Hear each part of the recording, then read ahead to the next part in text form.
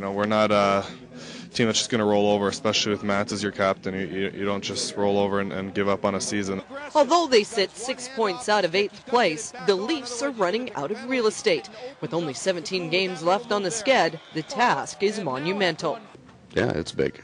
There's no question about it. So we'll win as many history we can possibly here and hope that, I think the head-to-head games with the teams we're chasing have become just so much more critical. Yeah, it's not going to be easy. We know we're going to have to win a lot of games, but we can't look too far ahead.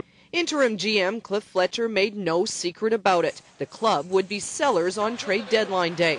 The movement of 3 veterans out of town for a handful of draft picks has the Leafs relying heavily on Marlies to flesh out their roster.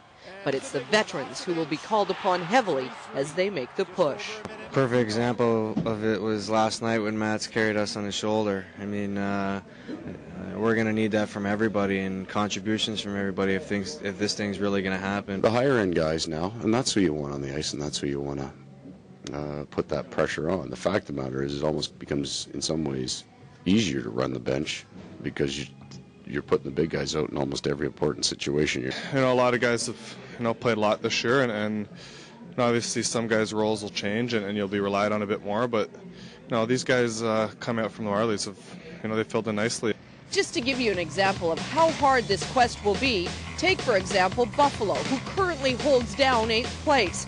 If they go 500 in their last 18 games, that would mean Toronto would have to win 13 out of their last 17 to even give themselves a chance to make it into the playoffs. Sherry Ford, TSN, Tampa Bay, Florida.